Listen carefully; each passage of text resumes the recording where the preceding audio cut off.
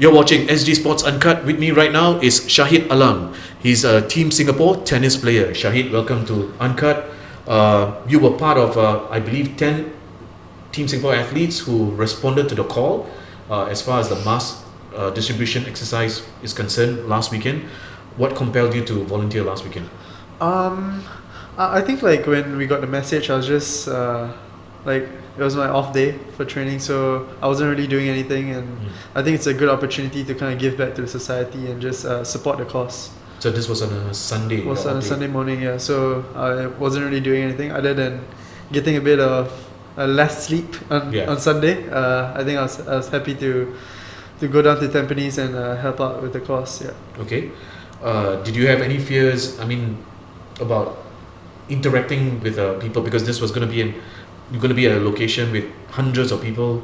Any fears? I mean, even when we travel every day on the MRT train, we see hundreds wearing the mask, and you tend to wonder, are they all unwell, or are they all just just being a bit paranoid? I think not really. Like my family was a bit worried, like, yo, everybody's trying to avoid and stuff, and then I'm the one going. But I think it's like it's just the public trying to get the mask, so it's not like the affected people are coming to take the mask from you. So it's I think the fear is just you're coming into contact. That's there weren't like so many people coming at one time. There was just like maybe 3-4 people at a time. So I think it was okay. Yeah. How would you activate it? How did you come to know about the exercise? So one of the guys from Sports Singapore contacted us via a group chat, and he just asked if anybody was available on Sunday morning, and I told him I could do it. Yeah. Okay. Did you have to wear a mask? I mean, when you were assisting? No, we didn't. So basically, the idea is like you only wear a mask if you're unwell. So we were all okay. So we didn't have to wear a mask. Okay. Yeah. And what did you get to do during your shift? How long was the shift? It was about 2 hours plus. That's about it. And it's just about like stock take and stuff. So you ensure that the person coming in, because each household can only get 4 masks, so we kind of like just made sure like we verified with them via the IC and stuff. So just make sure that one household takes 4 masks. Yeah. I'm sure there were there questions like, there are 5 people. If there are 5 people, were there? So there were many, and then we just said like one household is 4 masks, and wear it only if you're unwell. Okay. What did you notice generally of the people who are coming to collect? Calm? They seem pretty rational, chill. Yeah. Not really, because there were not many people also at that location. So I think they were kind of relaxed and stuff. Yeah. Okay. Yeah, you were at Tampines. Yes, we were Jangkat. at Tampines. Yeah. Yeah. It's been a few days after that exercise. What did you take back from that experience? I think it's just kind of cool for like Team Singapore athletes to just be there, like giving out the mask, and so that the public can just see that, like things are okay, and like it's not as bad as it seems, because the athletes are out there also. So I think it's good. It just gives them a bit of more like made them more calm, like just more chill to see that athletes are coming out to just support the cause as well. Okay. Is this sort of an activity that Team Singapore athletes get to be involved in on a frequent basis? Yeah, I think there's a few kind of activations, not only this particular one, but other ways where we support social causes as well. I think there was once last year that we did like some kind of cancer awareness sort of thing as well. It's very good that we are taking part in all these kind of things, and it's also a fantastic way to give back to the society. Okay. You're a national tennis player. You've been for, I believe, 7 years. 7 years. You're waiting to go to national service. You're 22. So we last saw you at the recent SEA Games in Manila. It was a 3rd campaign. Unfortunately, you went as far as you could, but couldn't medal. So after 3 SEA Games, your trophy cabinet at home is still empty. So that was part of the last decade. How would you summarize your that decade?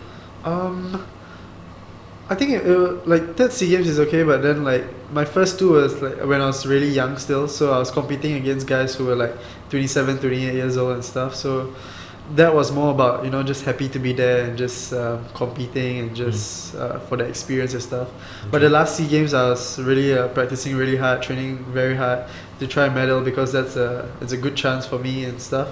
And I came out a bit short, but we played really well as a team. The whole tennis team gave absolutely everything, and it was just not our day. Some of the close calls didn't go our way and stuff. So at that moment I was like really disappointed, but looking back now I think like sports is just the way it is. You can give everything you have, but sometimes it's just not meant to be at a particular competition. We're now into the second month of a new year, a new decade. What are you working on? So after I had like a small break after the SEA Games, so now I'm training hard again for the next one. This year there's Davis Cup in June, I believe. It's not 100% confirmed, but it's in June supposedly, and that's the one that I'm looking forward to before I go NS hopefully. Right, so you can compete before you actually enlist. Yeah, that's the thing. So I haven't gotten my letter yet. So hopefully there's a 6 months. Something like that. Notification. Okay. Well, thank you very much. We wish you the very best in your tennis career. Thank you for your service in Team Singapore as well. Thanks, Shahid. All the best. Cheers. Okay, we have Jen Go right now, and she's a Team Singapore golfer. Jen, welcome to SG Sports Uncut. So you also answered the call to take part in the exercise last weekend. Why did you do it? I just think it's really important as Team Singapore athletes and as for us to contribute back to society. They've given us so much as part of Team Singapore, so it's really good to be able to give back to the community. Did you have any concerns, or did your family ask you, what are you doing? Why are you going to happen? Yeah, I mean, my mom was kind of like, oh, are you going to be wearing masks? Like, people going to come here like because they're sick?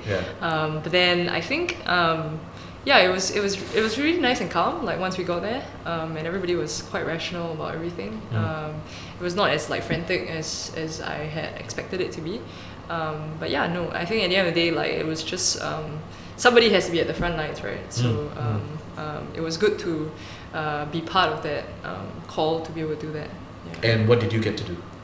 Like what Shahid said, we were just giving out the masks, we were just verifying identification.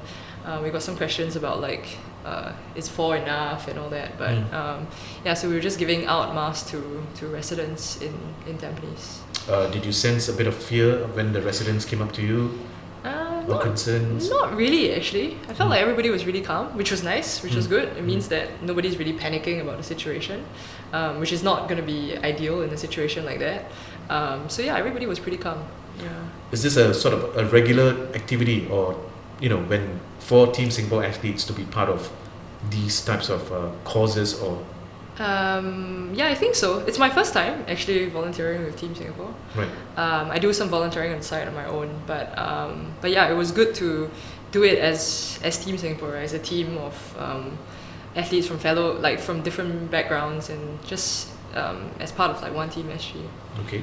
I understand it was a group of 10 Team Singapore athletes and officials who were part of this. Yeah. And it was at such short notice, and yeah, celebrating Chinese New Year as well. Yeah. We were told on like Saturday, and then we went down on Sunday morning. Yeah, so I had some Chinese New Year plans that had to be averted. But yeah, I mean, when we were asked to do it, whether we were available, I'm pretty sure this is a lot more important than going to eat some more at a relative's house. Well we don't need the extra calories. Let's take you back to your sports career. Yep. You're 7 years as part of the national setup in golf. Yeah. You're 25 this year. 2019, I would say, was a tough year for you because you had a few medical issues that you needed to sort out. It's actually not just 2019. So right after 2015 SEA Games, I had quite a freak injury. So I didn't play at all for 3 years, and then I've had like... For 3 years? Yeah, so I had like 3 to 4... I had 4 surgeries in the last 4 years, yeah. But 2019 was tough. there were some highlights, and eventually it had to be cut short because of the surgery that I had in July. Yeah. But yeah, I'm looking forward to getting over the injury and finally getting back on track. Yeah. So right now we're into the second month of a brand new decade. What are you working on? Just working on the processes, really, like trying to get better physically, better on the golf course. But I am planning on turning professional in the next couple of years. You are? So that's really exciting. Yeah. So I'll go to European Tour Q School 2021 or 22. So depending on how school goes as well. We do have the World Amateur Team Championships this year. We're hosting it this year. So it'll be really nice to play and to do well for the team on home soil. Yeah. So I believe that's the first time there's World Amateur Team Championships. Yeah, and for some reason I've missed like the last few as well. I think it was in Japan and then in Mexico, but this was the first time in Singapore. Okay. Just one or two final questions. So being possibly a pro in the next few years. Yeah. I believe the pros are returning to Singapore in a couple of weeks, right? For HSBC. HSBC. Yeah. So who will you be looking out for? I've got a couple of friends playing, so I have to be a bit biased that way. Right. So a couple of girls that I've sort of grew up playing against, playing quite a few events against them. You talk about Singaporeans or? No. Okay. One's Mexican, a couple of Australians. Okay. Yeah. So I'm a bit biased that way. Okay, but if you were to pick a winner based on the current women's game, that'll be hard. So a friend of mine, Gabby Lopez, just won again for the second time. She won the first event in January, so it'll be really nice for her the LPGA, to see her win. on the LPGA. Yeah, Okay. she's Mexican. Yeah. Okay. So what else is in store for you for 2020 besides the World Team Championships? We are leaving on Sunday actually to the Asian Amateur Championship, so the Women's Amateur Asia Pacific. Okay. So yeah, that'll be a nice event to win. The winner gets starts in 3 majors and 2 professional events. Okay. Yeah, so we'll see how it goes next week. All right. Well, we wish you the very best in Thank your sports career and in your road to turning pro within the next few seasons. And thank you for service as well for Team Singapore and what you did last weekend as well. Thank you so much. Thank you. Thank you. Thanks. All the best, Jen. Thanks. With us right now is Wayne Kwan, and he's with Team Singapore as a Jiu-Jitsu fighter. Wayne, welcome to SG Sports Uncut, and you were also involved in this exercise last weekend. Why did you decide to sign up? Alright, actually one of the guys, we are here for a workshop actually, so I didn't get a text. But then one of the guys just asked us, hey, are you free tomorrow? Can you help us to distribute the masks? So then I looked at my schedule and then realized that actually this is more important than what I have on a Sunday. Because Sunday normally we use, and there's a Chinese New Year Sunday some more. Yeah, exactly. Yeah, so normally we have big events happening in church. Then I decided to tell my family, I have to go for this. Our country needs us. Okay. Yeah. And you, given all the stories and updates from the news, you didn't feel that you might have been, at a health risk if you were to come into contact with hundreds of people? You didn't? Was there any concern from yourself? Definitely, there's some concerns from my family though, because we were scared that who knows, because everyone's been saying avoid crowded areas and wear a mask when you go out, but that's a misconception. We have to we only wear masks when we are sick. Yeah. So there is a concern, but when we are actually there on the ground, the residents don't look that they are in a state of panic at all. Everything was actually smooth. People get their masks within 2 to 5 minutes, so everything actually is quite fast. And where were you stationed on that Sunday morning? We were at Tampines Changkat. Yes. Okay. And besides the residents, were there any special visitors who dropped by or something? Oh yes, the MP for Tampines Changkat, Desmond Chu, he was there to take a look at how the groundworks is. So he spoke to us, he spoke to the residents to ensure that everything is okay. Right. Yeah. And when you interacted with the residents, did you get a sense of fear from them or? No, actually everything seems to be very calm. They actually joked with us. We actually had some conversation with residents there about how's their day, how's their Chinese New Year visiting going along. Yeah. Yeah. Just out of curiosity, did any Singaporean try to get more masks from you than when they plead their case? My family, we got 10 people staying in the family. You're giving me 4 masks only. Of course, there's definitely people, household that say, I have 5 or 6 of us, but there's only 4 masks. But then it's the same stand that we have been telling them, that you only wear the mask when you're sick. So I don't think at the same there's at one time where you have all 6 of the family members being down. Yeah, if that happened, that really caused for concern. Exactly. So at the end of the exercise, it's been a few days. What did you take back from that experience? I felt the sense of unity within Singaporeans, because it's not just Team Singapore that was activated. Actually, in fact, another group, Team Nila, was calling out for volunteers on a social platform. I actually saw that on social media. Right. So they have forms to fill in, and I was quite surprised. So many of them actually turned up.